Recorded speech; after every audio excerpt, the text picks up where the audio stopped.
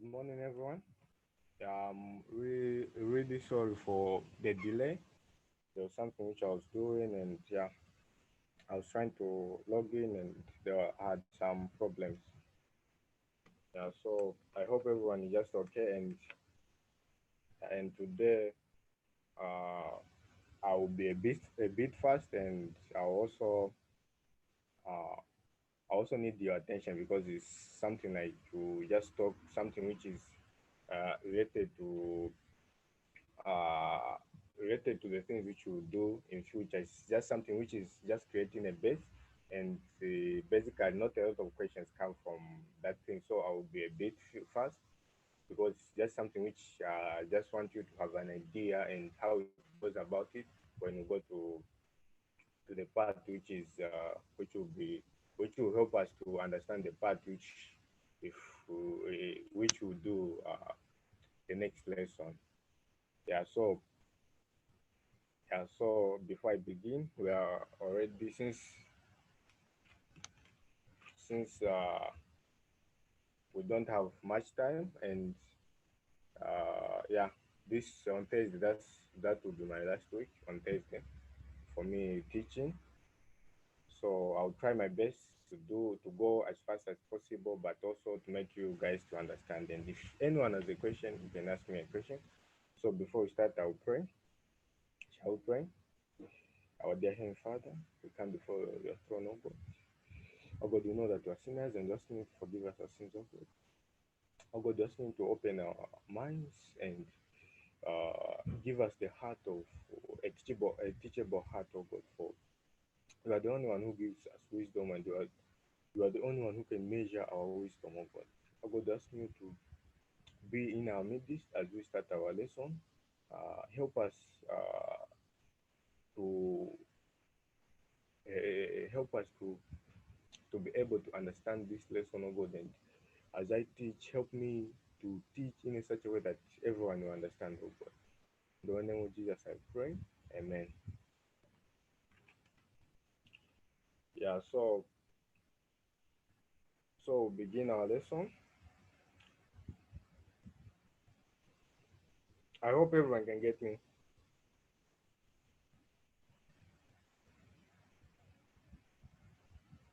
Yes, we can get you.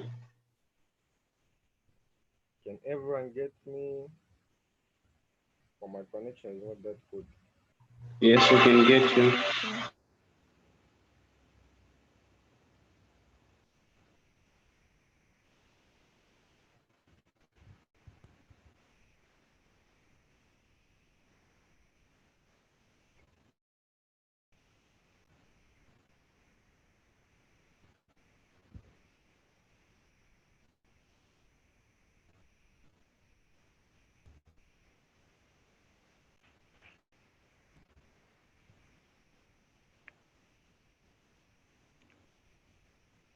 Yeah, we'll begin our lesson.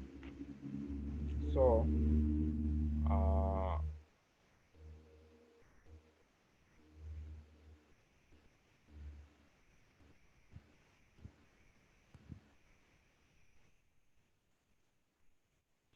yeah, so begin our lesson, and there's someone who is asking, okay, there's my last day. Yeah, it means the part of atomistic to be over. You start another part.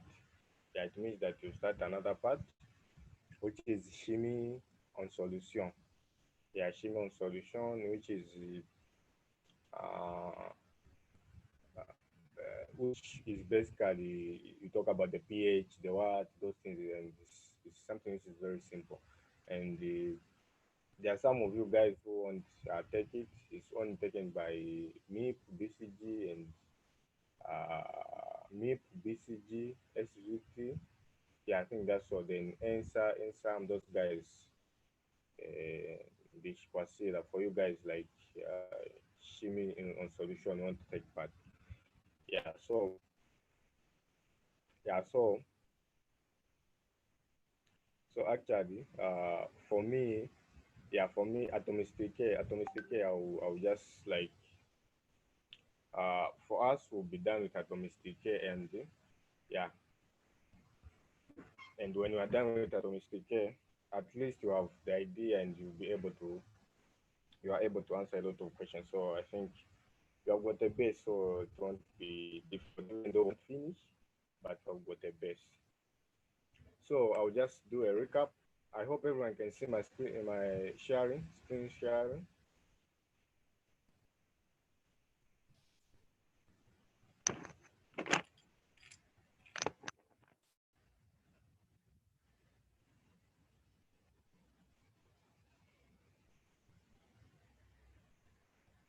Can everyone see my screen sharing? Yes. I need an answer. Yes. Yes, we're able to see it. Yes, we can see it.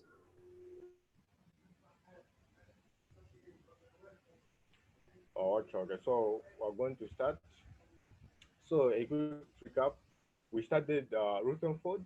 So these things are usually like you have to follow them. They are linking to each other. So we started Rutherford and we saw the how Rutherford described an atom, and we saw the problem of Rutherford. After that, we started Bohr, and we saw how Bohr described an atom, and we saw some problems which Bohr had, and I'll start from the problems which Bohr had, like the problems which he couldn't explain, which Schrodinger and the Broglie will explain. So I'll start from there so that you have a base, and when you enter into the nature ondulatoire, the electron, I'll simply like will unveil this problem together, and we'll be able to discover how Schrodinger and Broglie were able to solve this problem. So, what were the problems? So we see, as you remember, yeah. And before that, before I go any further, I want you to. I noticed something in your exercise. I want you to just to tell you something. Yeah, when you are calculating energy for a hydrogenoid. When you're calculating energy, I think you can see here, when you're calculating energy for a hydrogenoid, you should always put in mind that if they have given you a wavelength, they mean you are moving like there's n, for example, you're moving from a wave move from one point to another. So maybe you're moving from n2 to n4, yeah, or n3 to n4. That's if they give you a longer than according to the question of the hydrogenoid, if you have seen it. So this formula is only used when you have your fixed n. For example, they have given your n. This is your n. They have said your n is equal to 1. N is equal to 1. They have just given you n is equal to 1. Calculate this what? The energy of this hydrogen, right? You just use this formula. But if it is moving from, if there's a longer distance, if it is moving from one point to another, you use uh, you use this formula with a z. So it will be negative 13.6 times z squared over n squared minus 1 over m squared. So don't forget a z. A z is number of protons. So if you're calculating for hydrogenoid, don't forget a z. Unless if it's not a hydrogenoid, that's when you can forget a z. Yeah, z is simply the number of protons. Yeah, that's all about the hydrogenoid. So hydrogenoid, what makes it different today? Wait, what do we put the Z on top or? So now we have seen this formula of Bohr, and this formula of Bohr is described as we saw it. It described that there are shells, and in these shells, there is an electron which is moving in a stationary shell, and there is no energy lost, and this energy is lost when this electron moves from one shell to another shell, which is emission from a lower shell to a higher shell, emission from a higher shell, from a lower shell to a higher shell, absorption, and from a higher shell to a lower shell, it emits emission. So we have seen this, and we have uh, actually Bohr, this man was like he really discovered the shells, but there was something which he couldn't explain himself. The things which he couldn't explain himself was so we're going to see that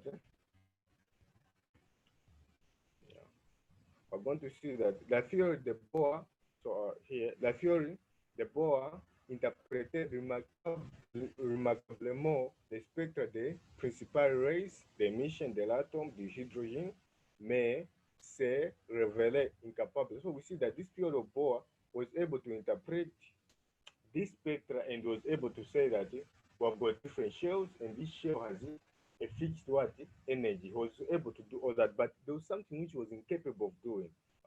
This was the first one. They interpreted the atom possédait plusieurs electrons. So he was unable to interpret that atoms actually possess have a lot of electrons. Like for him, like if you see him, he was only dealing with one hydrogen atom, and two, if you see those atoms like helium, they are the hydrogen, right, which only have one electron. They have lost all these other electrons. They are only remaining with what, one electron. So he was only dealing with he was only dealing with an atom with one electron, hydrogen, a hydrogenoid. Those he could not really interpret. How can he really never knew how can to deal with an atom with a lot of electrons, and he couldn't interpret that this atom has to have two electrons for it to be full. The first shell and the second shell has to have 8 electrons. The third shell has to have this electron for it to be full. He couldn't reinterpret it. Then that was the first problem. Then the second problem was they just they just fear expérimentalement l'existence de différences orbitales.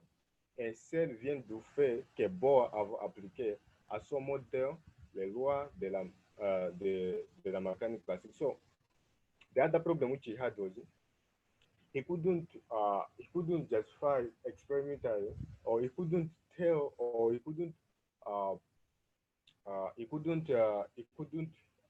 he couldn't show by an experiment that they existed orbitally. For him, he couldn't show. He just used the theorem of classical mechanical classics, which says that when an object is moving in a fixed orbital, it doesn't lose energy. But it was just an assumption. He couldn't really show it. He couldn't really show it experimentally. Like he couldn't do an experiment to show that these are the shells, and he couldn't do an experiment to show that these are the shells, the different shells. He couldn't show the shells in short. So this theorem or model the Bohr was lacking something, and it it made Schrodinger. So we're going to see Schrodinger and Broglie to solve this problem which the model the Bohr lacked. So we will see them how they solved it and how they began and how they reasoned for them to solve this problem. So what was their reasoning, or how did they reason to solve their problem? So the first part which I'm going to talk about is the nature ondulatoire de l'électron. So the first, if I say nature ondulatoire, it means a wave. So I'm just saying the wavelength nature of the electron.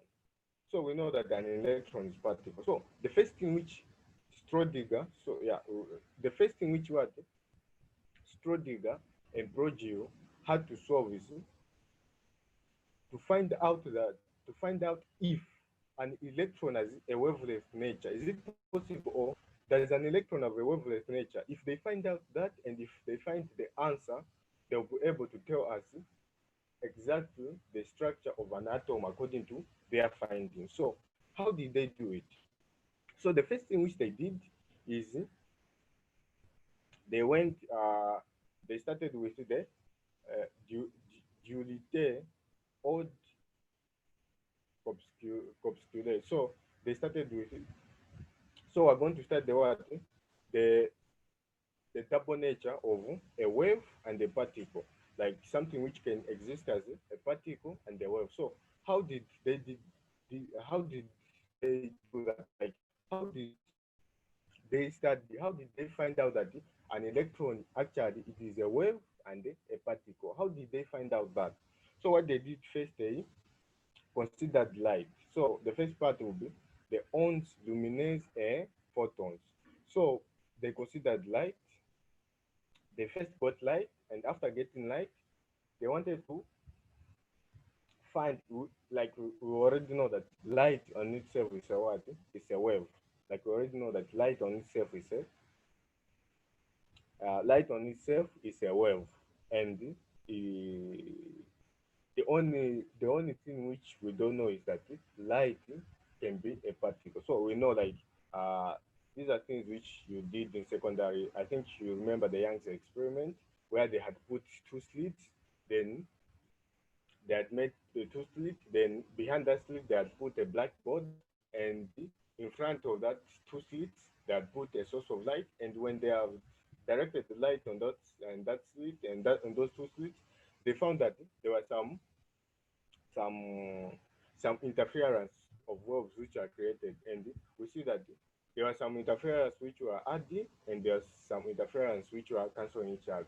So from there, under Young's experiment, we saw that they actually they discovered that light actually is a what? Is a wavelength. So we know already that light is a wavelength, but the thing which they never knew is that can light be a particle? So if light is a particle, definitely if they use that experiment of Young's experiment, if they use that experiment, they'll find that an electron also is has if light has an wave like and the particle like nature, then they'll if they do that experiment with an electron, they'll also find that an electron is has a what? A wavelength, a wave-like and a particle like nature. So how did they do it? So the first, the existence, the interference luminance prove le caractère ondulatoire de la lumière. So there is an existence of interference luminance. If you use the Young's experiment, you find that there is some interference constructive and interference destructive. And where there's interference constructive, you see some bright light. And where there's interference destructive, you see some where the waves are canceling each other. You see that there's what? There's a black spot on the board. So they discovered that light itself is a wave. Then the other thing which they discovered is that the onde lumineuse est une onde électromagnétique qui se propage dans la vide avec une célérité c égale 3 times 10 to the power 8 meter per second. So we know that onde lumineuse, a wave, a light wave is, we know that it's an onde electromagnetic. We know that it is an electromagnetic wave, and light. We know that light is always moves in an empty space at a speed of 3 times 10 to the power 8. So this one is not something new. This one is something which you know already, that light is a wave. Light is a wave, and we also know that light moves at a speed of, we know the speed, like it moves in a empty space under speed of light, which is 3 times 10 to the power 8 meter per second. Now, the only thing which we never knew is that light actually is a particle. It contains what? Particles. That's the thing which we didn't know. So what they did is, when they were doing this experiment of Young's experiment, which I said there are two streets, then behind the street there's a blackboard, and in front there's a source of light. So when they are directing this source of light, what usually happened was, when they are directing this source of light, when the intensity of the source of light was high, meaning it is very bright, you would see the same interferences which it relates to being a wave, like constructive and destructive interferences. But they observed that if they reduce this intensity of light, if they continue reducing this intensity of light, they reduce this intensity of light, the light which is passing through the street, through the two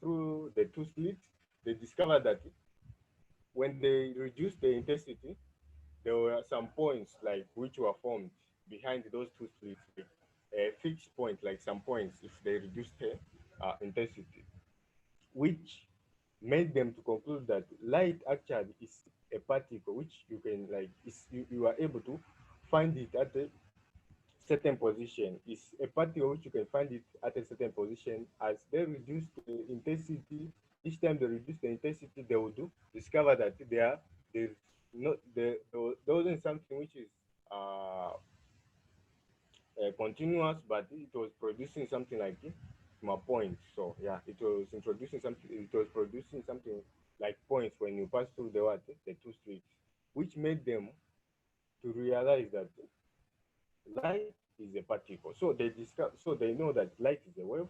Then they have also discovered that light is a particle, and these particles which light contains is we call them photons.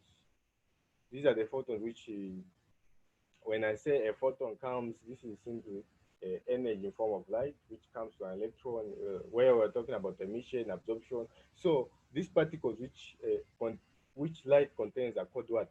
Photons. We should always put in mind they are called what? Photon. And the energy of the photon is, we know our energy already, is energy is equal to hv, where h is Planck's constant, v is what? Frequency. Then according to Einstein, Einstein is the one who discovered that actually this photon is a particle in such a way that it can have mass and it travels in in a speed of light.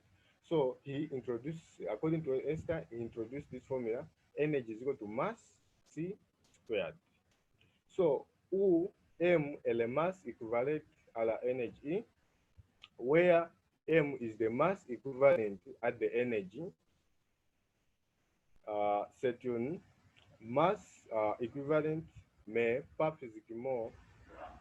physique, qui est une en repos. So, I want you to get me clearly. So, he discovered that this mass is equivalent to the energy. And where m is equivalent to the energy, what do I mean? I mean, if you remember our default, like, if you remember when you're calculating the default mass, when you're calculating the default mass is the mass which you get after you form two things. Like after forming two things, after the protons and the neutrons come together, we release some radiation, and that radiation is in form of mass. That's why we use, after finding the default mass, we use that default mass to calculate the energy. So that default mass is equivalent to the energy which was lost, which is that's what they are explaining here. OM est la masse équivalente à la énergie E. C'est une masse équivalente mais pas physiquement qui est une nu en repos. This is a mass equivalent, but this mass is impossible like to know it physical, like physical. Yeah, this mass is impossible to know it like to find it physical. You have to use calculations. This is the calculation of Einstein, and actually, this calculation of Einstein E is equal to mc squared. This calculation, like this formula, is mostly used in a lot of things. Like if you see, if I can give an example, when you are creating an atomic bomb, like when you are creating an atomic bomb, you have to know the mass. If you bring two atoms together, the mass which will be lost, you have to calculate that mass which will be lost, and that mass which will be lost, it will be equivalent to energy is equal to mc squared. So if I know that mass which will be lost, I know the energy which you to produce, and I know that when I do those reactions together, I'll produce this and this energy. That's why you see explosions, all that, because of the energy which is produced. So one, you discover that. So what you should know here just is that one, you discover that light is a wave, and the second part, you discover that when they are reducing the intensity, they saw some points which showed that light is a what? Is a particle. So they discovered that light is a wave and light is a what? Particle. That's what they discovered. And so what did they do? So when they discovered that, they wanted to create a relationship or a relation which will link which will link the wavelength of light, which will link its wave and its particle form. So they wanted to create an equation. So how did they create that equation to link the wave nature of a light and the particle nature of a light? How did they? So we're going to see how they connected the formulas. So here, that's what we're going to do now. So what they did is, we know that the energy of the photon is energy is equal to hv, and according to Einstein, energy is equal to mc squared. So they just combined this energy and this energy here for them to come up with the formula which will link the Longo-Dond and the the particle nature of light. So what they did is they got one is for the first equation, which is this one, and two is for the second equation, yeah, which is this one, the second equation. So they just added this equation together. Yeah, here it's not that clear. So what they did is, I'll just try to show you guys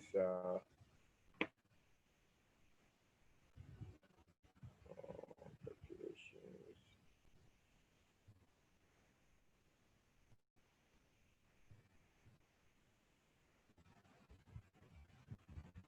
Yeah, I'll just try to show you guys how they did it.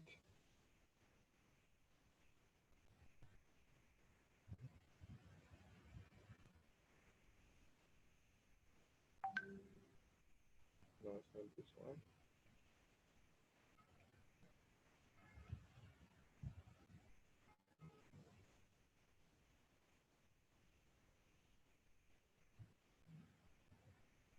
How they calculated it. Yeah, I'll just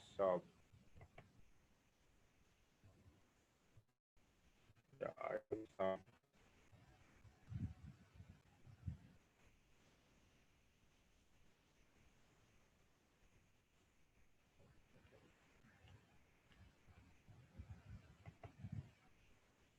I wrote something how they like, you know.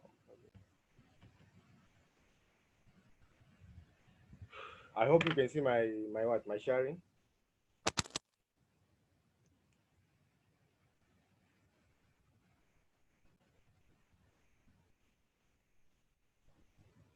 We're still on the same page.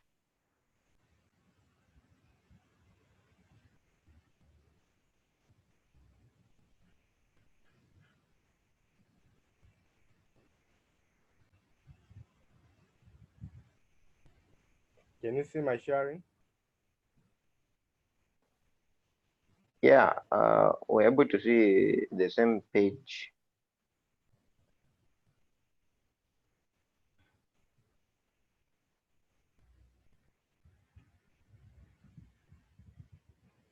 Won't be moving if you are taking long to respond. Can you see my sharing? Or my network is bad? We're still seeing the same page.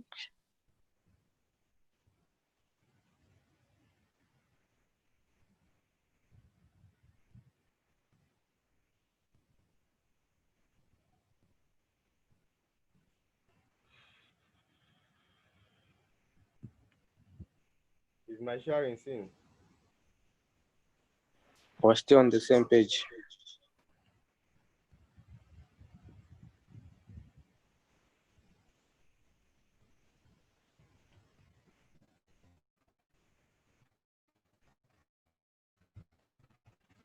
Still on the same page.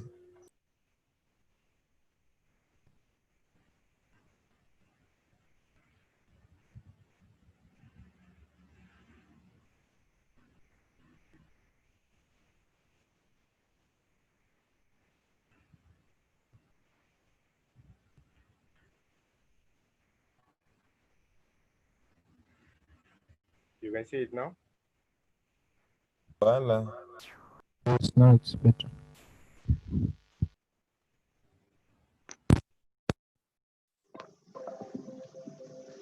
You can see it now? Yes. Yes. I hope you got me, like, very clear the things which I explained. Yes, we understood. It was clear. Okay. Yeah, I didn't realize my my laptop was had put some headsets on it, so yeah. So I couldn't get you guys. I was thinking you're just quiet, like you don't want to answer. So yeah. So I could ask a question, I wouldn't get them in a response. Now you can see it. Yes.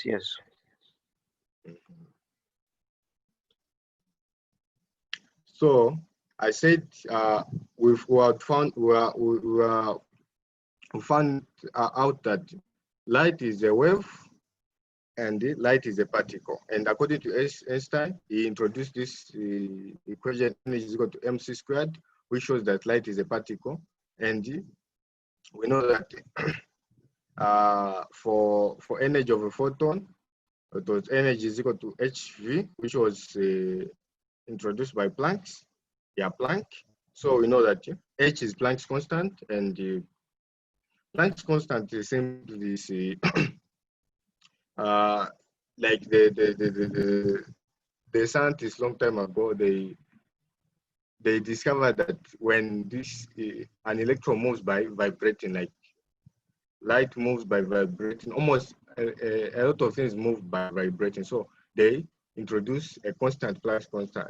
They introduce a constant which is called Planck constant. So it vibrates with frequency. So this energy is associated with the vibration with the frequency when something is moving. So energy of a photon is hv, where h is Planck's constant, which is constant, v is the frequency.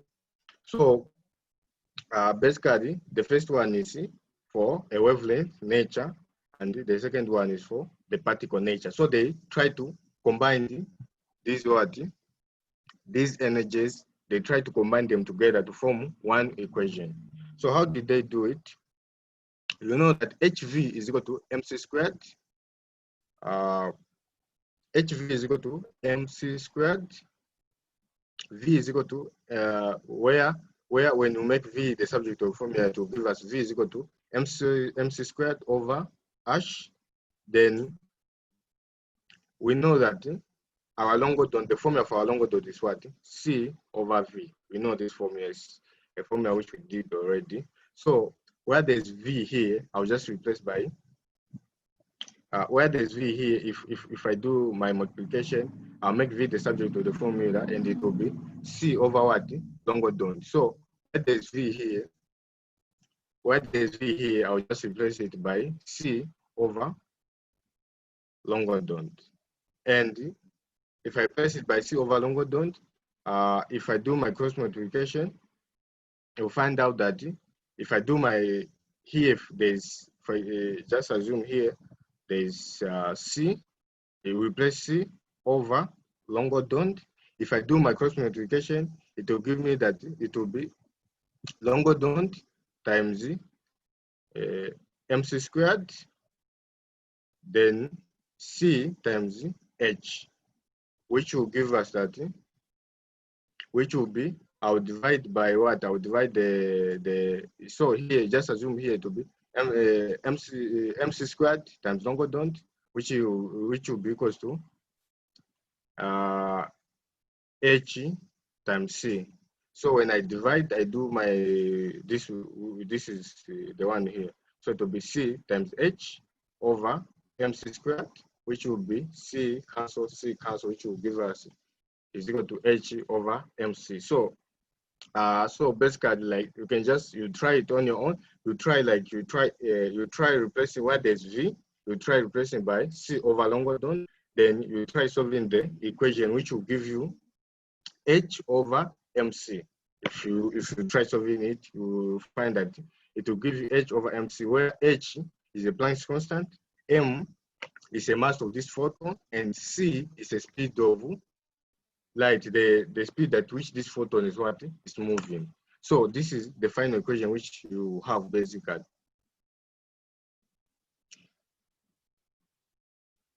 So which is just the same thing when, yeah, which is just the same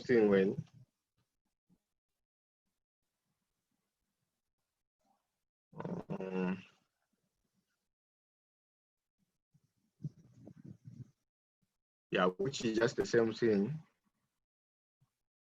when you come here. You know that they added 1 and 2 to have, you know that they added 1 and 2 to have V is equal to MC squared over H, and you know that longitude is C over V. Then longitude is C. If you place it under what, then the final answer to give you H over MC, which you can also calculate. You know that energy is equal to HV, which is equal to the famous equation which we all know, HC over longitude. This one is, I think this one is the most simple way if you want to combine them. So you know that E is equal to HV, and D, which is equal to H, where there's V, you just replace by C over longitude. So how do you calculate where you know that energy is equal to MC squared? So when you add 1 and 2, you have HC over longitude is equal to MC squared. Then when you multiply, it to be longitude times MC squared, then is equal to HC. Then you just divide by MC squared, which will give you longitude is equal to H, then the C will cancel here, divided by MC. So it's either way. So this one is just showing us how they combined it and how they came up with this final formula for finding a longitude for light. If we are told to find a longitude for light which is moving at a speed, for light which in which a photon is moving at the speed of what? Of a light. So they will ask you to calculate a longitude for a photon which is moving at the speed of light. They will tell you that speed, and this is the formula. Like, you just have to know this formula.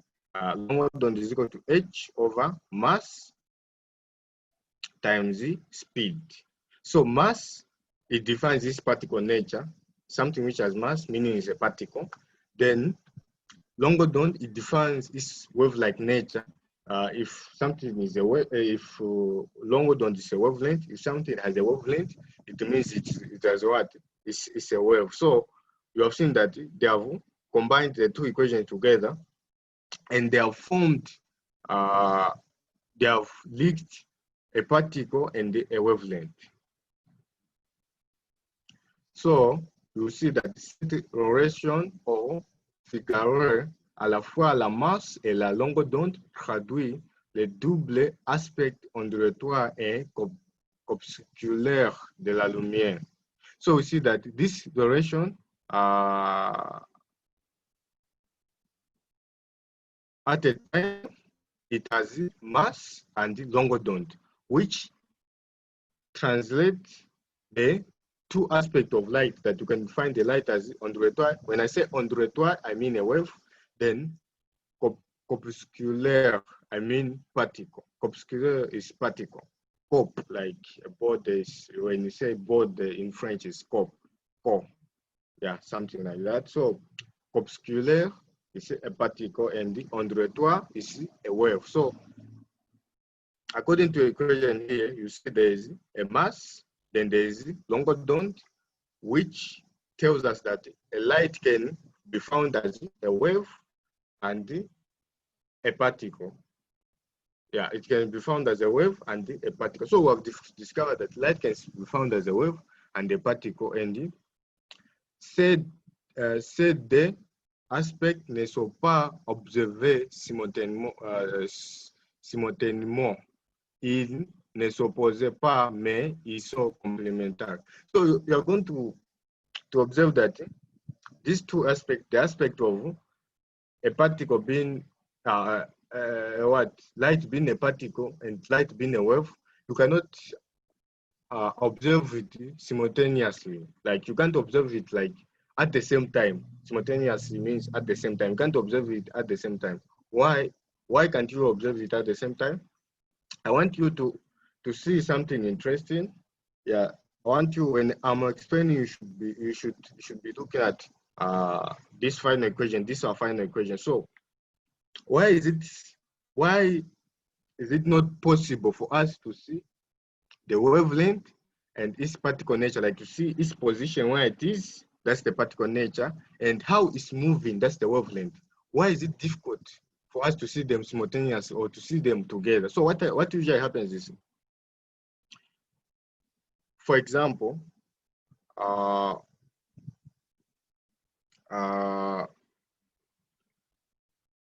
if the longer don't, you have C. C is a constant, then mass of this is the mass of a photon. Yeah, its mass, the mass of a photon, and this mass of a photon,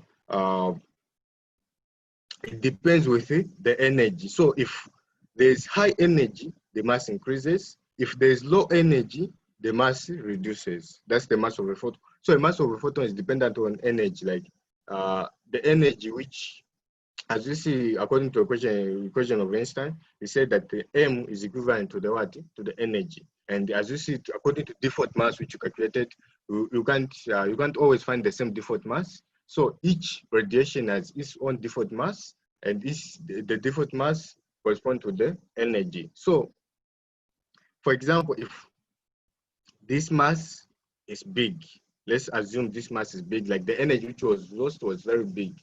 Was very big. Assume that this mass is big. So what you do is, C, you know, is a constant, H is a constant. Then when you divide, your mass has increased. Assume your mass has increased. When you divide, when you calculate this one, you find that the longer is very, very small. What does that entail? It entails that I can know the mass of something. I can know the mass of I can see its mass, like I can see its mass, but I cannot tell how it's moving. Like I can't tell how it's moving, its wavelength. I can't tell its what. I can tell its position, but I can't tell how it's moving. That's why it's very important. It's very difficult to tell the wavelength. The wavelength is very small. Like you find the wavelength will be very small. In opposition to when the mass is very small, like the loss of energy is very small, since we said the mass is equivalent to the loss, the mass is equivalent to the energy. So if the loss of energy is very small, the default mass itself is very small, you find that when I do my calculation, since H is a constant, C is a constant, I'll find the longer done, which is very big, like the longer done, which is long, and this longer done is very spaced in such a way that I'll see this photon moving in a what?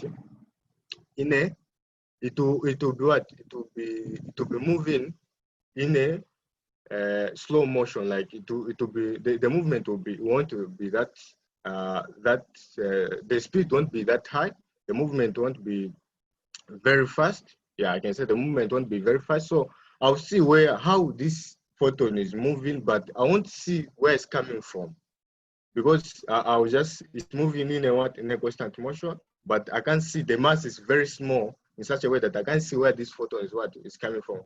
So it's very difficult for you to observe the particle nature where I can see the position where it is, and the wavelength nature where I can see how this photon is moving. So it's very difficult to observe these two aspects simultaneously.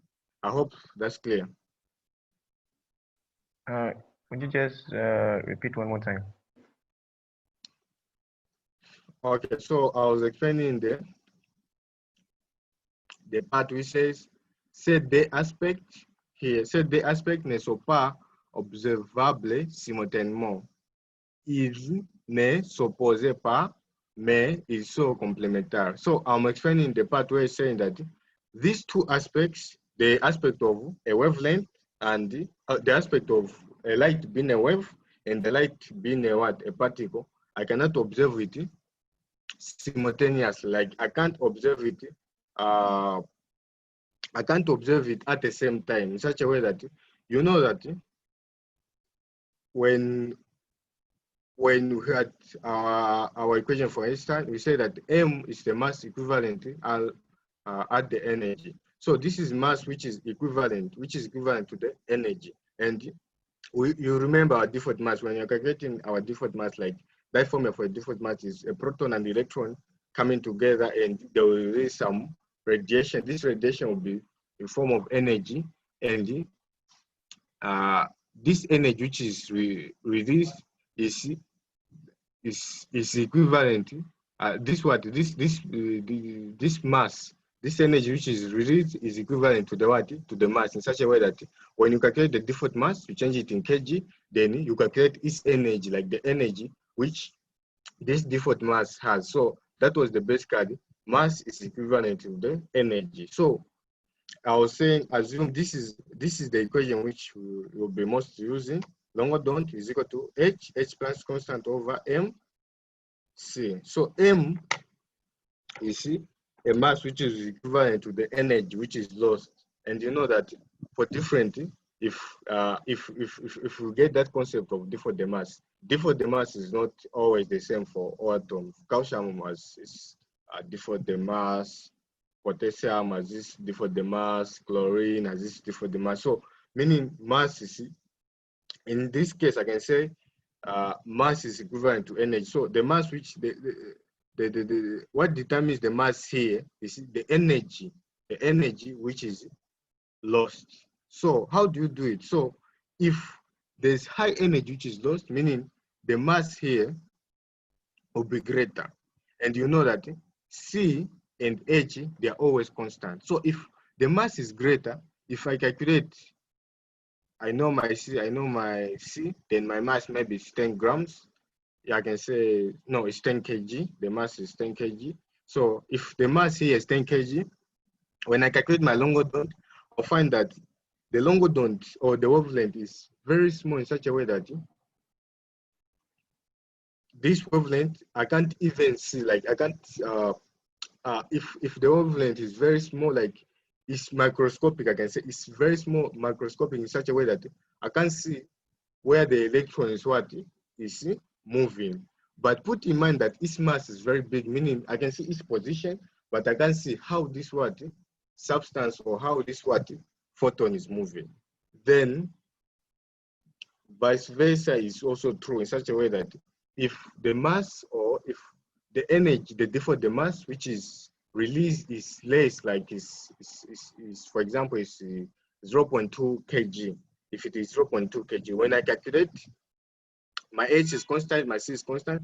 When I calculate, the wavelength will be big because the mass is less and the wavelength is bigger than the first one. So for the second one, which has less mass according to the energy which is lost, for the second one, I'll see its wavelength.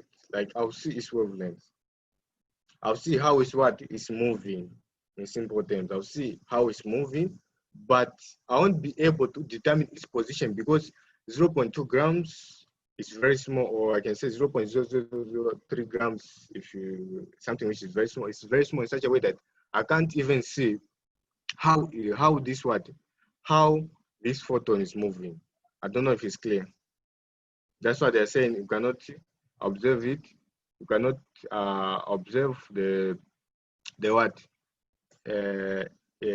these two aspects. There is wave, how it's moving, and its particle nature, the position. You can't observe it simultaneously. It's impossible for you to observe it simultaneously because it depends with the mass of an object or the energy which is lost. It depends with the energy which is lost. If the energy is high, the mass will be high, and if the mass will be high, the longodont will be very small because according to our equation, and you want to observe it. And if the energy is less, the mass will be less, and the longodont will be bigger. Then you will know how it's moving since the wavelength is bigger. But you want to know its position because the mass is very small. I don't know if it's clear till there. It's clear, but I've got a question. Mm-hmm. Oh, so this means that there is never a state of equilibrium when maybe the mass can be some sort of equivalent to the wavelength, whereby you're able to notice them. There is no outcome like that. No, there's no outcome. You can't notice them both. Like you can't really notice them both. I can give an example. If you get a ball, you know, a ball is big, and this mass, this mass is maybe it's 1 kg or what. If I throw a ball, I can see a ball. It's moving, but I can't really, like, if you use their machine which they use, if you use the machines which they use, you can't find this wavelength. It's impossible to find this wavelength for a ball which is big. But if I can get something which is very small, what can I? For example, an electron. An electron is very small in such a way that when an electron is emitted, I can see its wavelength, but you see in future, like when you start discovering that this is where everything is coming in. Like you see that for an electron, you can able to see how it's moving. How these two guys discover. They say that an electron, you can see it moving, but you can't know its position. That's how they discovered it. So you see how it's going to be, how we're going to do it, and how we're going to discover it together, and why they said for an electron you can only like you can only determine is what is movement, but you cannot determine its position. So they are not they can never be, you can't see them, you can't see the two together. You see that you see one or you see the other. I hope it's clear. It's clear.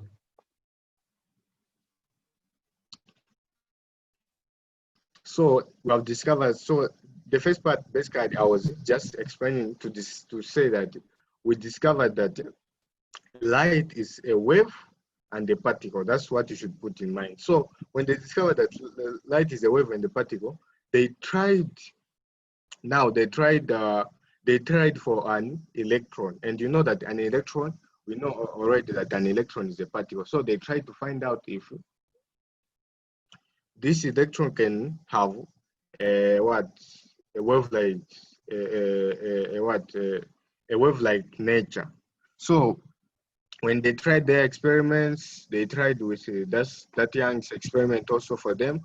When they tried, they actually found out that the electrons présentaient aussi un double aspect, ondulatoire et obscuraire.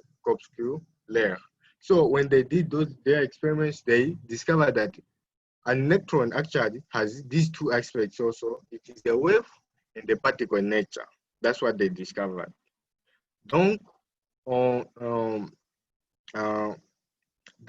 1924, de Broglie, associé à tout particulier de masse M, s'est déplacé à la vitesse v, une onde monochromatique de longueur d'onde, the longueur d'onde, okay. So we see that in 1924, it was Broglie which associated this the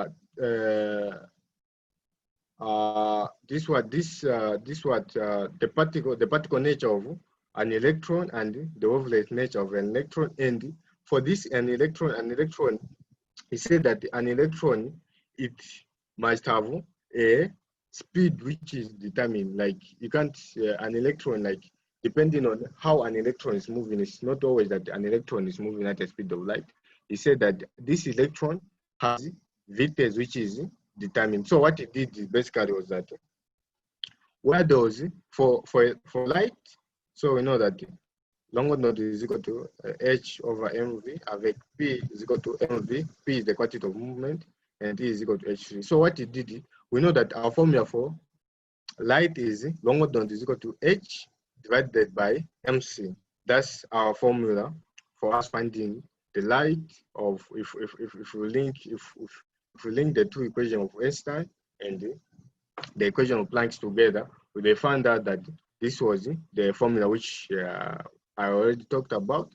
Then for electron, what they did just is they replaced C by V in such a way that vitesse for electron will be given. Maybe they say electron is moving at 2 meters per second or electron is moving at 4 meters per second. So for this one is the vitesse which is always changing.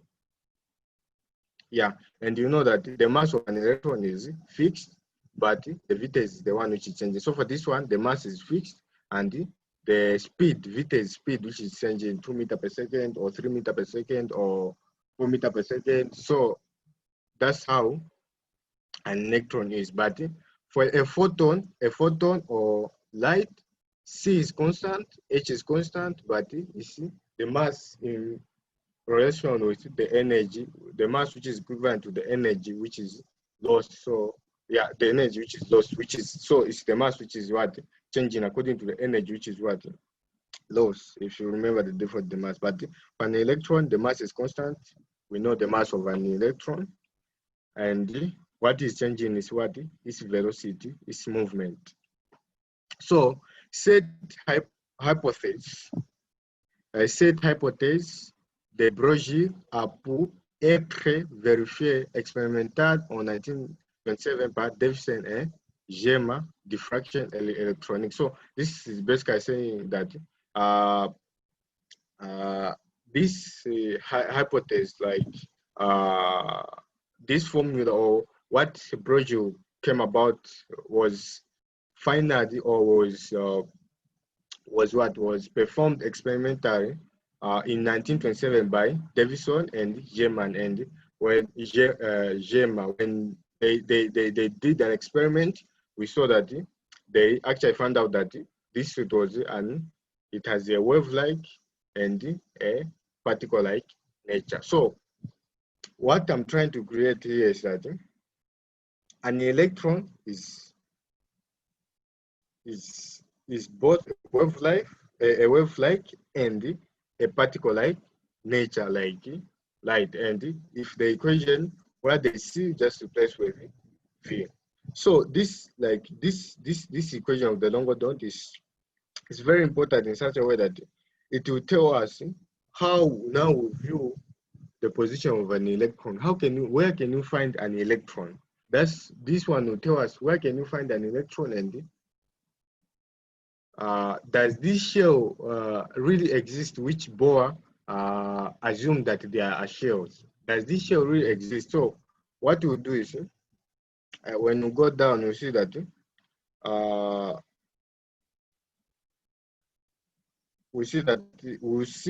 when you go down, we see that actually it's impossible to, like when you go down, we see that actually it's impossible to know the position and the position and the movement of an electron simultaneous. So we will see when you go down, we'll see all that and how and why it was impossible. Yeah, we'll see all that.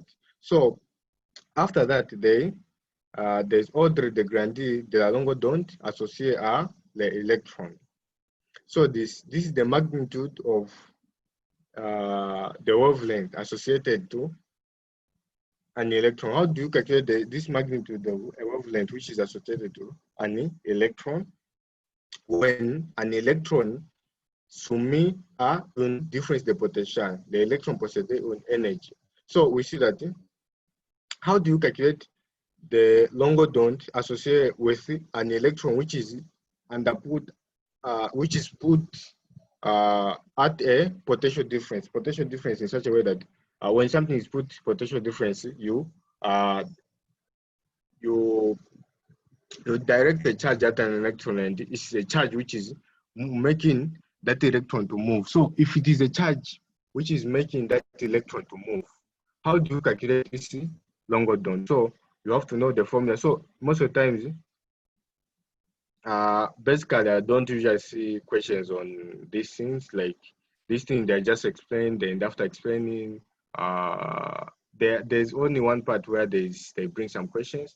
But here, what you should know that they might ask you, they tell you first, they will start, no, this longueur d'onde was put under potential difference.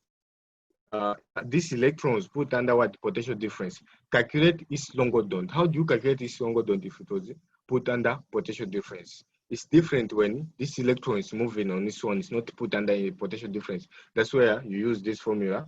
Longueur d'onde A is equal to constant Planck's constant divided by mass times velocity. That's when you use this formula if it's not put under potential difference. But when it's put under potential difference, the formula changes.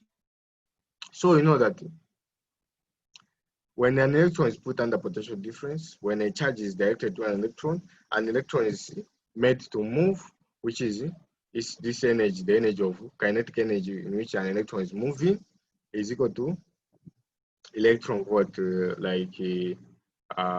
Electron volt is the energy in electron volt. So 1/2 mv squared is equal to electron volt. C, V is equal to what? 100 volts, where voltage, the voltage which you apply is equal to what? 100 volts. So how do you calculate, how do you introduce the volts, the watt into our known equation, which links mass and the longitude? How do you introduce it?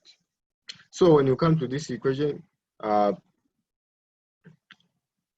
you do your calculations, after you're done with your calculation, you find that your answer will be h over pi 2me, yeah, v. So that will be your answer. That will be your last formula. Yeah, per se, that will be your last formula, where h is Planck's constant. Then most of the time you just have to know this formula, just this formula. If you know this formula, you can calculate the longitude of an electron which is put under potential difference. So the longitude of an electron which is put under the potential difference is h, which is constant, Planck's constant, divided by square root 2. This is the 2 here, times the mass of an electron, 9.1 times 10 to the power negative 31, times the charge of an electron. You know the charge is 1.6 times 10 to the power negative 19, times its volt, which is 100, then square root, after square root, then you divide. After dividing, it will give you your answer to be 1.2 Armstrong. That's the longitude of an electron. Yeah, and the longitude is equal to the l'ordre de C de rayon S X. So we see that the longitude is just here. They're just explaining that this longitude is simply the wavelength, like the wavelength at which this electron is moving. If you calculate under potential difference, so that's the formula if you're calculating under potential difference. And most how can you derive that formula? You can derive that formula in such a way that you know that EV is equal to 1/2 mv squared, which you make v squared the subject of the formula, which will give you v squared is equal to MEV divided by m, which will give you your square root, which will give you square root 2EV over m. Then after square rooting, then what you have found your v.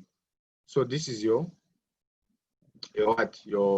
velocity, in which this v, mind you, this v is not frequency, it's velocity. The velocity at which this electron is moving, you have found this is square root 2EV over m. So where there's v, you just replace by this formula. So where there's v, you just replace by, so it will be m times square root 2EV over m, and which will be equals to h over, if you do your calculations, it will be square root 2 MEV.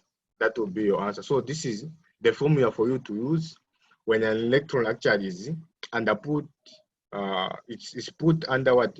Potential difference. This is the formula which you basically you're supposed to use. Yeah, and in case a question comes, they say this electron was put under what? Under what? It was put under potential difference. If such a question comes, you have to use this formula. This is the formula which you have to use. Then if there's no potential difference, then they tell you calculate the longitude of an electron which is moving at 2 meters per second. They have given you which is moving at a velocity of 2 meters per second. They haven't given you the what? The potential difference thing. You have to use this formula here. Yeah, so this formula is only used when there is no potential difference, and the other formula is used when there is potential difference. So these are the formulas which we came about when we discovered that an electron actually is not only a particle, but an electron has a what? A wave nature and also a particle nature. Both of them has it has a wave and a particle nature. I hope it's clear till there.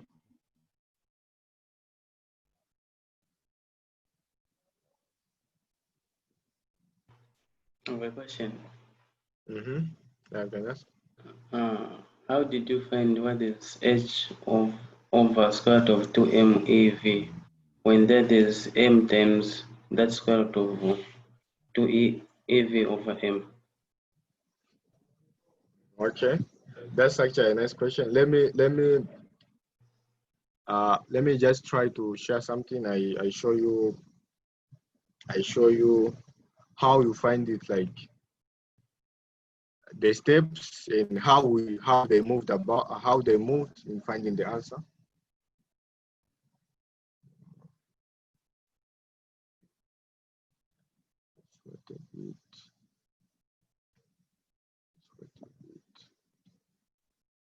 Yeah.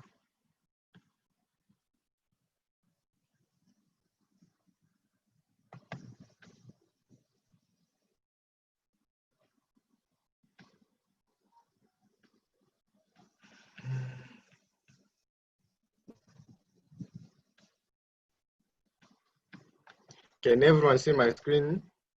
So I tried to simplify it so that you follow it. And then everyone see my screen sharing? I think so. Okay. So you see that the photon is equal to h over m times square root me v over m. So your question was, we see that there's m here. We are thinking that this m and this m must cancel out. But how do we have the last equation, our last equation? How does n still remain? So what they did first is, it's really difficult for you to multiply when there's a square root here.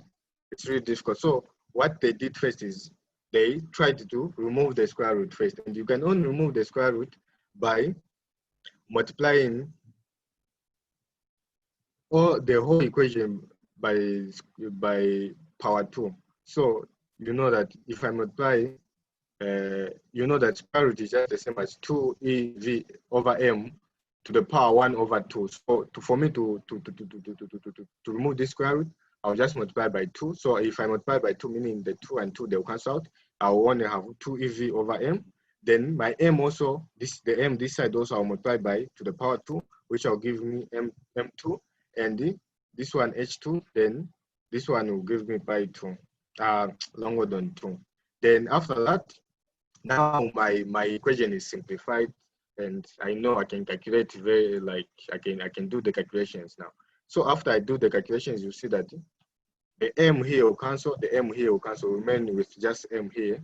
Then you have pi 2 is equal to h2 over 2 ev m. Then after that, I just turn it back to where it is, a square root everywhere. Then it will give me my answer, which is longitude is equal to h over square root 2 ev m. I hope that one is clear. Yes, it's clear. Thank you. So that's how they went about it.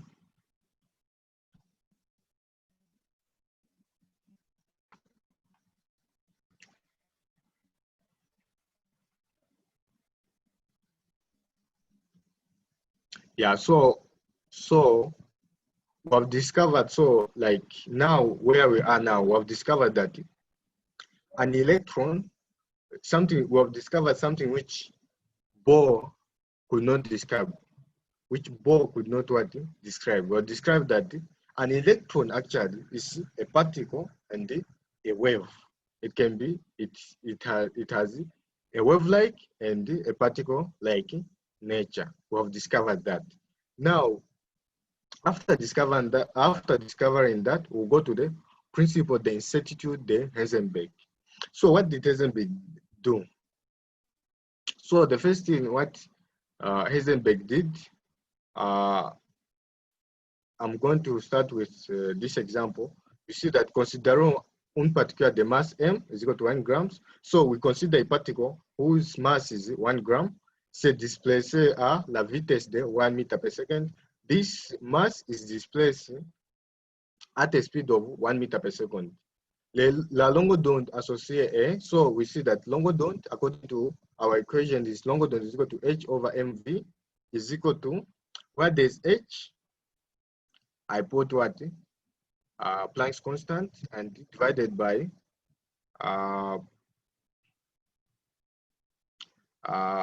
where there's m is 1 gram, which is just you know, if you multiply 1 with n number to give you the same number, so I've omitted it. So m is 1 gram, then v is no, I meant m is 1 gram, and you know that you should know that your mass must always in kg. It must always be in kg. Your mass must always be in kg. So how do you change mass to kg? You just divide one. How do you change 1 gram to kg? You just divide one over 1,000. You know that 1,000 grams is equal to 1 kg. Then x 1 gram is equal to x. So just divide 1 over 1,000, which will give you just the same as 10 to the power negative 3. This is the 10 to the power negative 3. Don't get confused. Then the vitesse is 1 meter per second, which is just the same. If I multiply 10 negative 3 times 1, it will just give me the same 10 negative 3. So he calculated this longueur d'onde and he found that the longueur d'onde was 6.62 times 10 to the power negative 31 meter, which is, if I want to change it to Armstrong, I know that 1 Armstrong is equal to 10 to the power negative 10 meter. So if you try changing it, if you try equating, it will give you 6.62 times 10 to the power negative 21 Armstrong. And Armstrong, I said, this is the smallest unit of measurement. And you see something which has 6.6, just imagine something which is 6.62, this longueur d'onde, this wavelength, means 6.62 times 10 to the power negative 21. And negative 21 is something we see is something, it can be 0.00006, something which is very small. And the longueur d'onde is very small, which means something which has a very small longueur d'onde in such a way that you can see its mass, but you can't know its position. The longueur d'onde is very, very small. If you see the longueur d'onde here, it's very small. Negative 21 is something which you can't even imagine. It's very small, and you can see like this particle. When I throw this particle, 1 gram is something which is measured, something which is, you can see something which has 1 gram. Yeah, you can see it. Yeah, you can see it, but you can't. The wavelength is very small. Cette longueur d'onde, then they continue saying that cette longueur d'onde est très petite et non mesurable. So we see that this longueur d'onde is very, very small and it is not measurable. I can't even know the movement, the movement of this particle. If I calculate for this particle, I can't even know the movement of this particle. I can see it, but I can see its position, but I can't even know how it's moving if I use the machines which they use to determine the wavelength of something. So it's impossible. So la mécanique classique ignore les ondes de Broglie pour l'électron. So you see that classic mechanic ignores the wave of Broglie pour l'électron. So you see that according to mechanic classic, according to Bohr, he was ignoring the wavelength of an electron, which is, if you do your calculation, you find that it's 1.2 Armstrong. He was ignoring this in such a way that he said an electron, you can see an electron is moving, you can see an electron moving, and you can also see its position, ignoring the wavelength. Like for him, he ignored the wave-like nature of an electron, which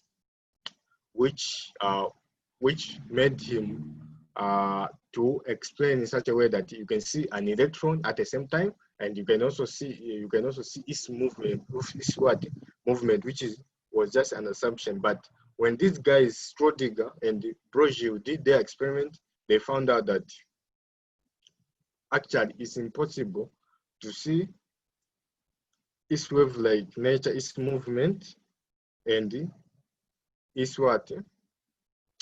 Its position at the same time. It's either you see one of them. It's either, for example, it's either you see it's either you see one of them. It's either you see the movement or you see the position. That's how Schrödinger explained to us. So we see. So his énoncé important. So his énoncé was that à l'échelle atomique, la position et la quantité de mouvement ne peuvent être connues simultanément avec certitude. So according to the scale atomic, they brought out an énoncé is, I can say, a principle, which they say that the position and the quantity of movement cannot be known simultaneously with a certitude. The certitude meaning you know its position, you know its what simultaneous. You can't know it simultaneously. Mais l'incertitude sur la position est liée à l'incertitude sur la quantité de mouvement. So he said you can only know it's an incertitude where you can't know the position simultaneously, and you can't know the position and the wavelength simultaneously. You can know one of the other, and this is just an incertitude. It's very difficult for you to know what its position and its position and its movement simultaneously. Yeah, so you see that and if you remember, we say that for an electron which is moving, it is dependent on the velocity. Yeah, it's dependent on the velocity to know the position and to know its what? To know its quantity of movement. For example, just pay attention on this equation. If the velocity is high, we know that the mass of an electron is constant and this Planck is constant. So if the velocity is 5, when I calculate, the longitude will be very small. So if an electron is moving at a very high speed, I will know where it's coming from, the position, since it has been it has moved with a high speed, it will leave some mark. I'll know where it's coming from, but I want to know its what movement, because the longitude will be what? Very small. But if the velocity is maybe, for example, 0.002, the velocity, 0.002 meter per second, the velocity is very small, meaning the wavelength will be big, and I'll know how this electron is moving, but I want to know its what position, because this electron is what? It's very small. Yeah, it's very small, and yeah, because this electron is what? It's very small, and it's impossible for me to know its what? Its position. I don't know if it's clear until there.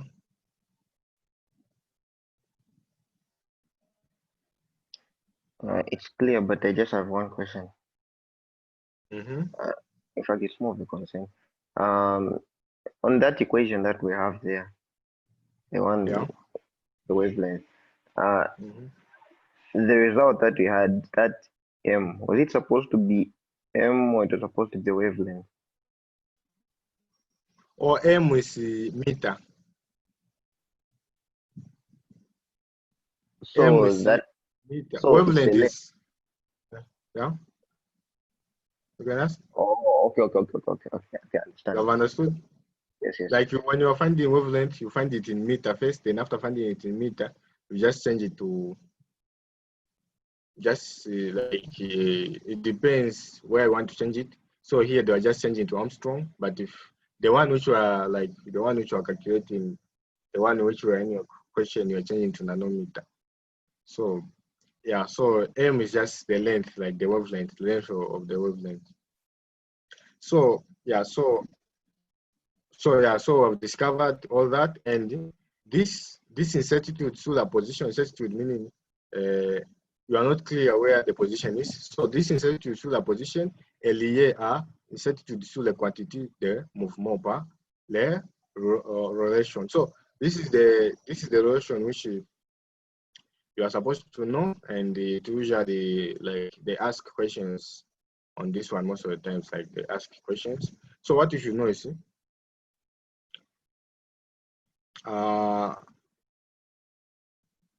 x times p. X, this is an incertitude sur la position, then p is uncertitude sur la mouvement the quantity of movement. So uncertitude meaning you don't know the position. The uncertitude where you don't know the position sur la you don't know the position of a particular. So x is uncertitude sur la position, and p is uncertitude sur la quantity the mouvement. And you know that p is equal to mass times velocity, where when we integrate, you find that it will be P is equal to mass is a constant. This one doesn't change, but the variation of, so this is the variation of quantity the movement is equal to mass variation of velocity. So velocity is the one which is changing. So where there's P, we just replace by this one, this equation. Then you say variation of x, which is the position which is in constant changing, times mass times variation of v, which is the velocity, which is the movement which is in constant changing, then which will give you,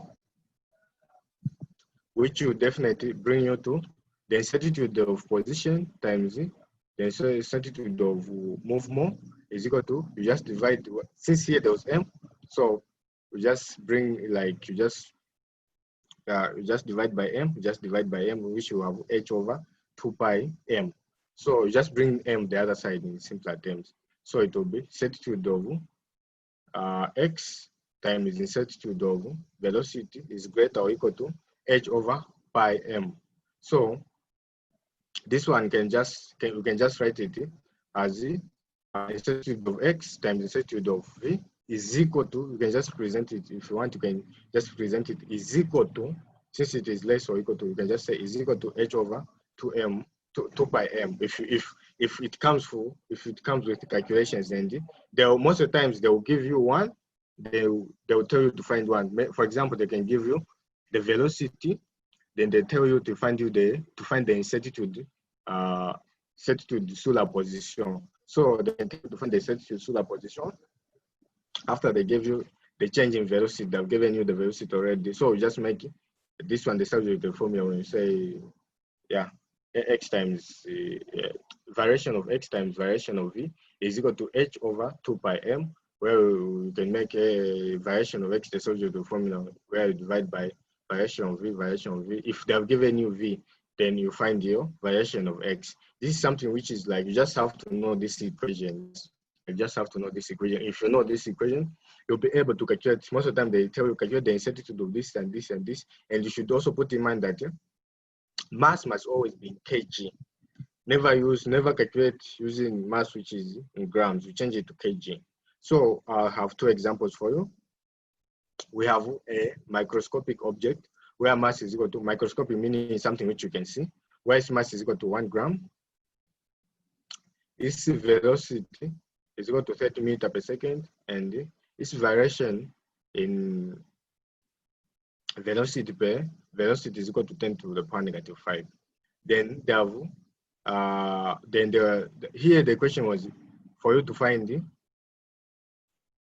variation in x. So how do you find the variation in x? So here they just give us everything and they give us the answer. This is the answer. It was supposed to be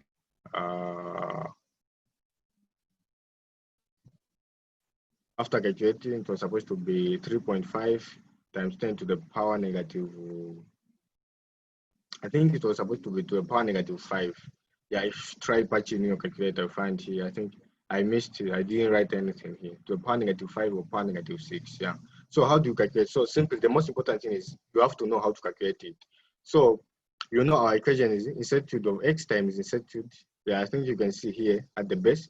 You know our equation is incertitude of x times incertitude of v is greater or equal to h over 2 pi m. So how do you calculate it? So first of all, if you have seen here, they have given us incertitude of v divided by v is equal to 10 -5. So the first thing is you have to find the incertitude of V. So to find the incertitude of V, you say incertitude of V is equal to 10 to the power -5 times this V here will go the other side when you multiply. When you do cross multiplication to go the other side, which is, they have already given us the V, which is 30 meters per second. So it'll be 10 to the power -5 times 30 meters per second, which will give us 3 times 10 to the power -4. Then after finding this, this your equation, you just replace it. Now you just make it incertitude of position, the subject of the formula, which will be incertitude of position is equal to h over 2 pi m incertitude of V. So where there's h, you put Planck's constant.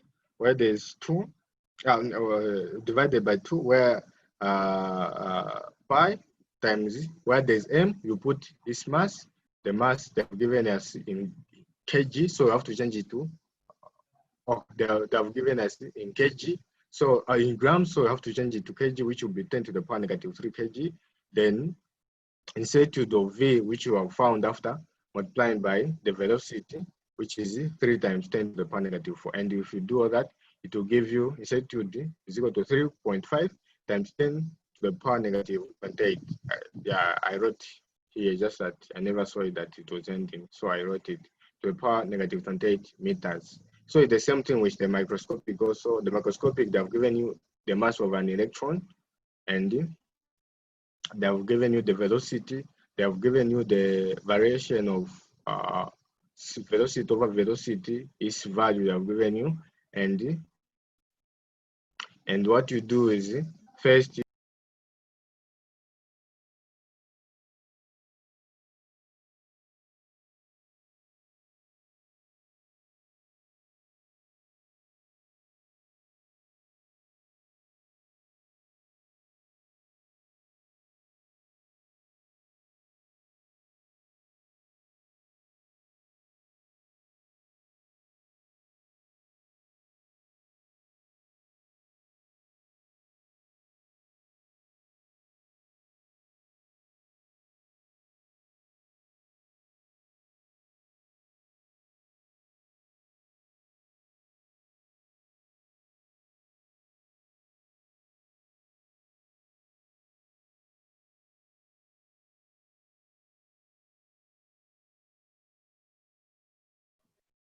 yeah, there was some problem. I was disconnected. So yeah, so that's how you do. So you just replace it. Then you just use the same formula where x is equal to h over 2 pi m variation of V. Then you just replace it. You just replace in it. Then where h is Planck's constant, then your m is the mass of an electron, and your variation in V is the velocity which you find after you make every the subject of the formula 10 to the power -5 times 3 times 10 to the power -6. Yeah, the velocity you found most of when you calculate to find that is I remember it was 30. So just replace, then you find your incertitude to position. You find your incertitude to the position, like incertitude under the position, you find it. Yeah, that's all under incertitude. You just know how to find the position, and you also have to know, if they give you the position, how to find the what, the movement. They give you the position or they give you the movement, then they tell you. So that's how most of the time they just ask you to find one of them, whether position or whether the movement, the quantity of movement. I don't know if it's clear until there. So you should always put in mind that mass must be in kg, then AV must be meters seconds, then for a constant, Planck's constant is 0.626 times 10 to the power -34. Yeah, I don't know if it's clear until there. It's clear. So yeah. So that's how best. So the first, the only, yeah. So when you're discussing about those things, so the only thing which you have to know is that an electron, they discovered is a particle and a wave. That's the thing which you have to know. That's the most important thing which you have to know. And questions, most of the questions, when they ask questions, it only comes on the incertitude. These other things they don't usually like. On other things they don't usually ask any question on it. Actually, so here the thing which I will start doing now and the thing which I did, except for the thing of the incertitude, that's why they ask questions. But this thing is just for you guys to have the knowledge, for you to know where to build from when you go to universities and you learn about these things, because you find that to look like something which is new. So on associate our particular function done. So now we're going to associate this wave with a wave function, like on associate our particular function done. So how are you going to associate this wave to a particle under a wave function? So you, as we go, you know what a wave function is. As we go down, so we see that les résultats précédents nous ont montré que l'on ne peut plus décrire l'électron sous son aspect purement corpusculaire par les mécaniques classiques, mais sous l'aspect ondulation de la mécanique quantique. So we see that according to the results which are found, we have shown that the nature of an electron can not only be described as a particle, according to what Bohr did by using mechanics classic, but we discovered that there's an aspect of a wave and a particle. So there's nature, a wave-like nature and a particle-like nature. That's what we discovered. In fact, on ne peut pas dire que l'électron se trouve à terre ou terre en droite à l'instant. So in fact, you can't even say that this electron is found at this and that place at a given time, à l'instant. So it's impossible to say that this electron is there or is there at a given time. You can't know really the position of an electron, mais l'électron a une certaine probability de se trouver à tel ou tel endroit à l'instant T. So, but this electron has a probability, it's only a probability which it has to where you can find it at this or that place at a particular time. So it's only, we are only dealing with the probability. We don't we can't really know where the position of an electron is when it's moving around the nucleus. You can't know, but you can have a probability that I can either find it here or there or there. So it's only a probability at a instant or time. So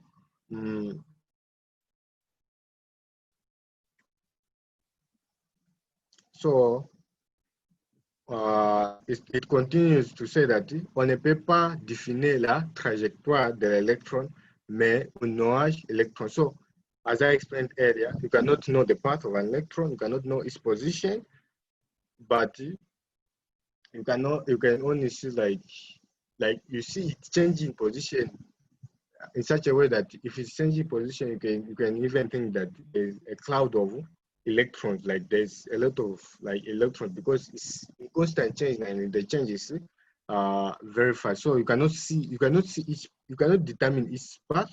You cannot really determine the path of an electron, but you can just see something like a cloudy things. Yeah, like there are a lot of electrons, but you can't define where it is, how it's moving, all that. So l'électron se trouvait en point M, X, Y, Z. So you see that this electron is found on a point. You can find it at X at the same time, at a given time. You can find it at Y.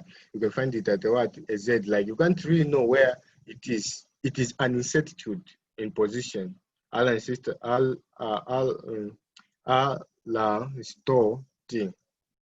est décrit en mécanique quantique par une fonction done. So this incertitude of you not been able to tell where an electron is given by a function don't, which is called wave function. Yeah, in English it's wave function. So it's given by what? A function don't, where this formula is, this is the function don't. X is, I can find an electron either on X, either on Y, or either in Z, like something which I'm not really sure, it's just a probability. So that's how these guys discovered an electron is. They discovered that you can't find an electron at you can't know the movement and the position at the same time, and this position is in constant change in such a way that you can't really know where you can find this electron. I don't know if it's clear until there. So that's where they introduced the function don't. I don't know if it's clear. If it's not clear, I can ask questions.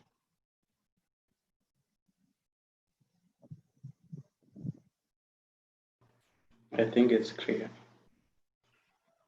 Okay, so if it's clear, we'll go on. So this function, so I've said the function is the function, and when I say function don't, is the probability of me to find this electron on what?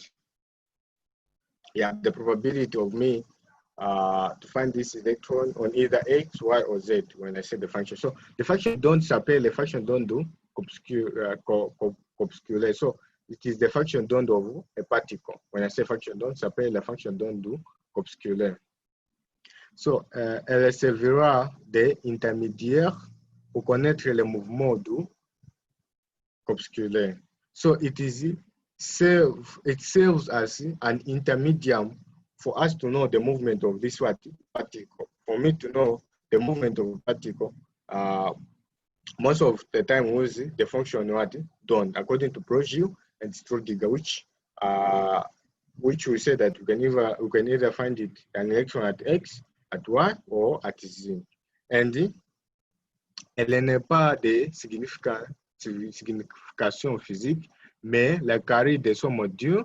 So this does not have a physical significance. It doesn't have a physical significance. It's something which is when they found out, you can't see it physically, like an electron see an electron is there, like something which is you can't see it physically. Mais la carré de son module, most of the time they use the square of this module. The square of the module of the function, which is the module squared, is equal to, so when you square it, it will be function don't. Yeah, it will be function don't to the square star and times function don't apostrophe. So the function don't to the square star times the function don't apostrophe represent la probability de trouver l'électron en proie à l'instant donné. So this simply, you can't know it physically, but for you to know it, they brought it a modulus in such a way that they squared the modulus. I think you did in algebra, you did something concerning conjugaison in complex numbers. Yeah, I did conjugaison in complex numbers, if I'm not mistaken. So under conjugaison, you know that if, for example, suppose that for you to understand it clearly, suppose that X is equal to 1 and Y is equal to 2. Then Z is equal to X plus imaginary Y. So X is the X-axis plus imaginary Y, which is the Y-axis. Then each conjugaison, the Z étoile or Z star, each conjugaison is equal to X minus imaginary Y. So what do I mean by this? If, for example, we say our X is 1 and our Y is what? 2. So our X is 1 plus our Y is 2. So our X, I'll go, just imagine the X-axis and the Y-axis. Imagine it in your head. I'll go on 1, and when I go on 1, that's the X-axis. then I go on 2 on the y-axis, which is the imaginary. Then the other part is I'll go on 1, which is the x. Then I go in what? Down. When I go down, I'll go on -2, which is negative y. So you see that an electron at the same point, it can be found. You can either find it like this. Simply, this is an example which simply shows that you don't really know where an electron is found. You can either find it at the positive side or at the negative side. Like you don't really know where this electron is found. Yeah, that's the main reason of the modulus here. So the modulus here is simply showing us that you can find this electron is either you can find it maybe you can find it up or you can find it down, but under the same under the same line, like under the same. If you see, it's all of them x is equal to 1. It's just that the position is the one which is changing, but you see in the same line. So it's under the same line, but the position is what is changing. Like you can't really know. That's what O is talking about. Then C, long et stationnaire. Cette probability ne dépend pas du temps. So we see that if this wave is a wave which is moving in a stationary form, its probability does not depend on time. Meaning that I did a diagram here. So assume an electron, they are creating waves. So an electron is moving. So when it's moving in a uniform form, meaning when an electron is moving, it has started from here, it moves in a wave. This is a wave, it moves in a wave, it moves in a wave. This is a point stationary. It will be always moving in a point what? Stationary, and it will come back to its what? T initial. So meaning when it moves, it will always be coming back at what? At its what? Time, initial time, T initial. Meaning if this electron, this is the case of an electron when it's moving. When an electron in an atom, when it's moving according to the fixed shell, this is the case in such a way that it will be moving in a longer dot, but it won't be dependent on what? On time, because it's what? It's always in what? It always comes back to its what? T initial. So that's why si le onde est stationnaire, the onde, this wavelength is stationary, we see that cette probabilité ne dépend pas du temps. So the probability of finding it does not depend on that time. L'état du système est stationnaire. So we see that this state of a system, this is a state of stationary in such a way that it will be always, when it moves in a wavelength, it will be always going back to its what? T initial. Its initial T. That's what it will be going back. It will be always going back to its initial T. You see that. And you see that. I don't know if it's clear up to there.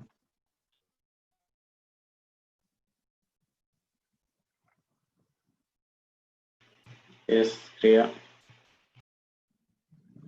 Yeah, so that's also, you see that the expression dP is equal to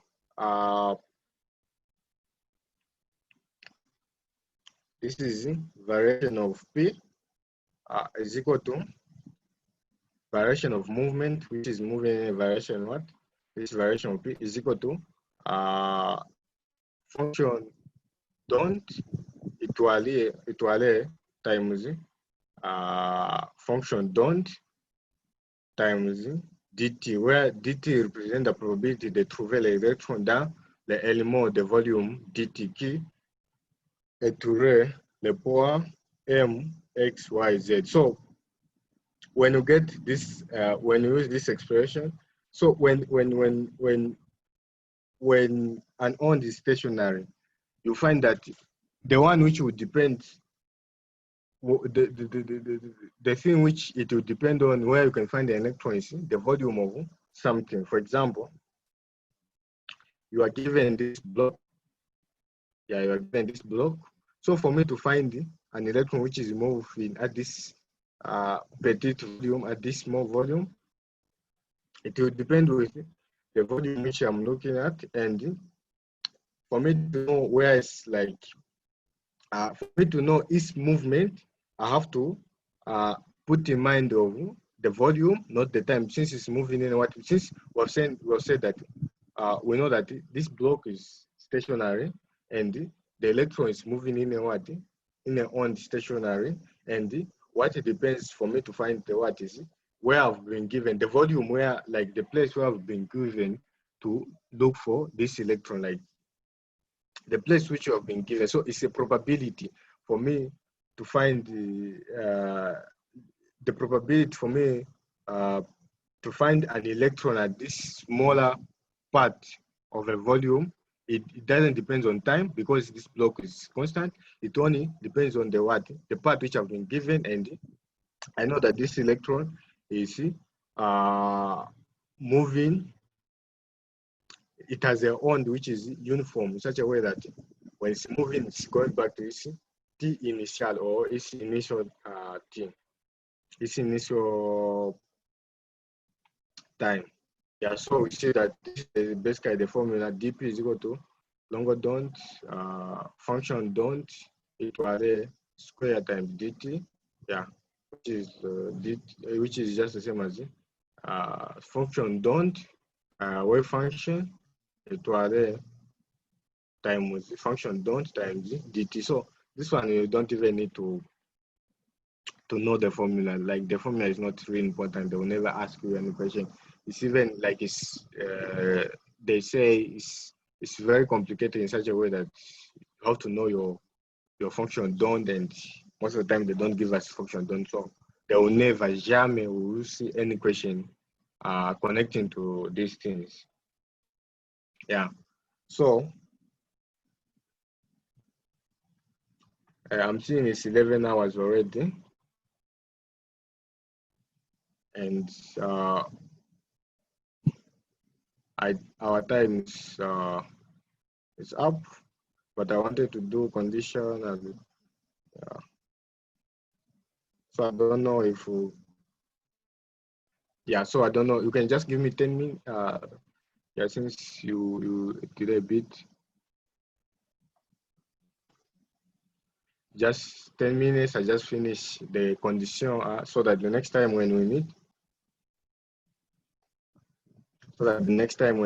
we just start at the equation de Schrödinger, which is but it is something which doesn't usually come. Yeah, it doesn't come, so don't even worry about it. But it is a base. If you have missed on the equation of Schrödinger, then you can't know how to calculate those 2s2, the electron configuration. You can't know how to calculate, because you have to know Schrödinger first for you to calculate those things. So it's very important when it goes to calculating other things.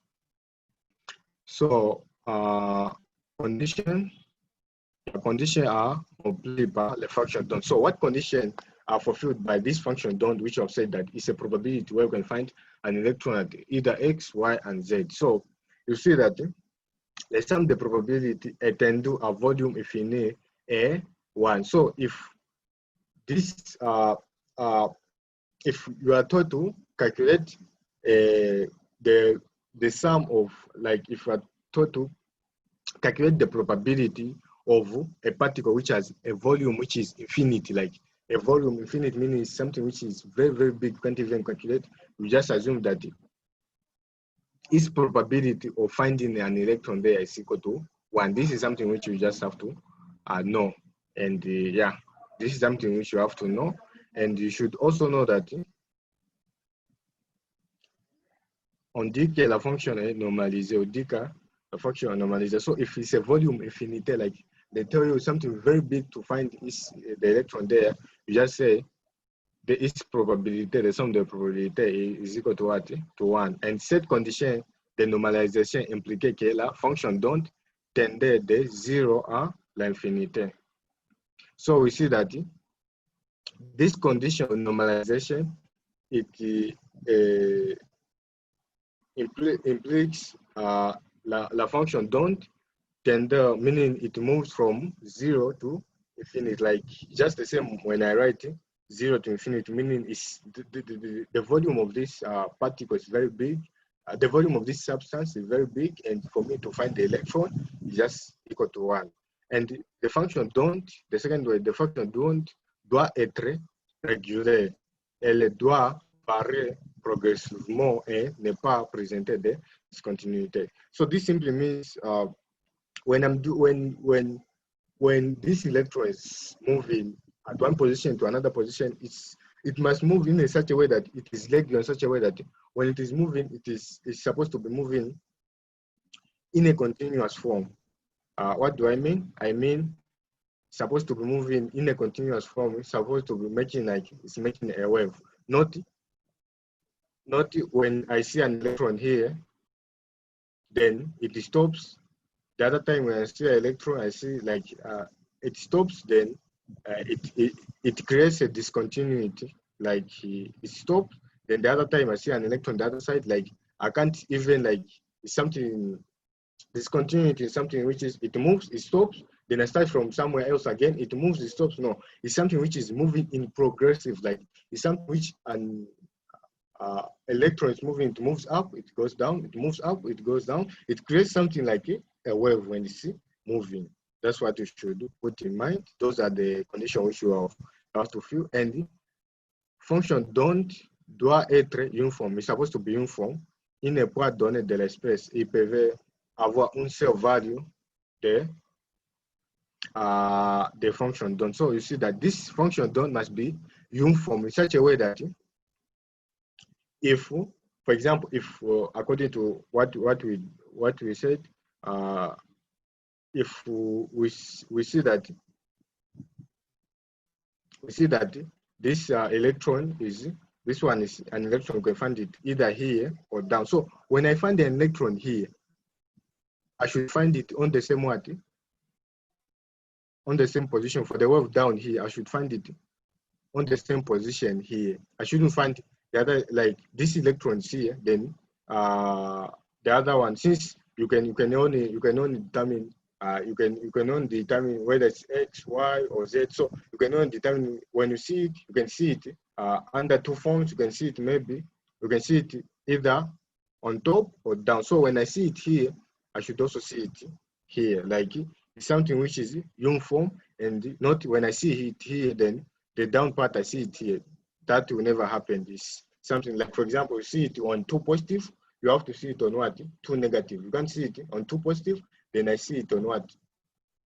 When I see it, like the X must always be the same. If it is 1, the X must be the same, which Y will be 2, then the other Y down, the negative part will be -2, but the X will be 1. Not I find it on 2, then the other one I find it, the X maybe will be 3. On Y I find it on 2, where the X is 1. Then the other one, the X is 3. Then I find it on -2. That one will never happen. It's always uniform, something which is always uniform. And the last part is doit être fini en tout point. So this function longer don't must be it must finish at all points, meaning that if I'm moving, if I finish from here, if it ends from here, like for example, if it ends from here, meaning the down part also, the probability, these are 2 probabilities of finding it, it has to end on the same level. Not the other one is continuing, no, because it's just representing one electron which is moving, like you don't really know where it is, whether it is the wavelength on top or the wavelength on down. So that's how we go about it. So these are just conditions which you have to fulfill. Yeah, so here the most important part is you have to know that we have discovered that an electron is a wave and a particle, and it's possible to know its position and its wavelength nature at the same time. Yeah, so for today we end from here. Yeah, for today we end from here, since you have to go to another lesson. So that next time when we come, we'll just do Schrödinger's equation, the Schrödinger fast. Then yeah, this one I'll just talk fast. We'll just talk. Then my main concern with you guys is to reach here so that I explain here. I also explain how to write the configuration. So yeah, so next time we'll move very fast, and next time just observe time so that we start at 10 hours. No, 9 hours. We just start at what? At 9 hours. Yeah, we can start at 9 hours so that we do a lot of things and we're able to move. Yeah, the most important thing is for you to know. Now, the most important thing is for you to know how to write the electron configuration, which I like. Most of you have a problem. So if you know how to do that, you have no problem. So for today, that's all. And thank you for your participation. Yeah, see you on Thursday. What did you say about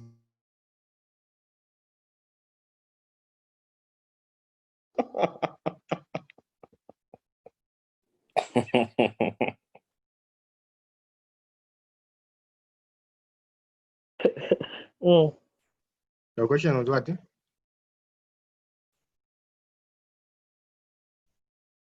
Hello, someone asked a question.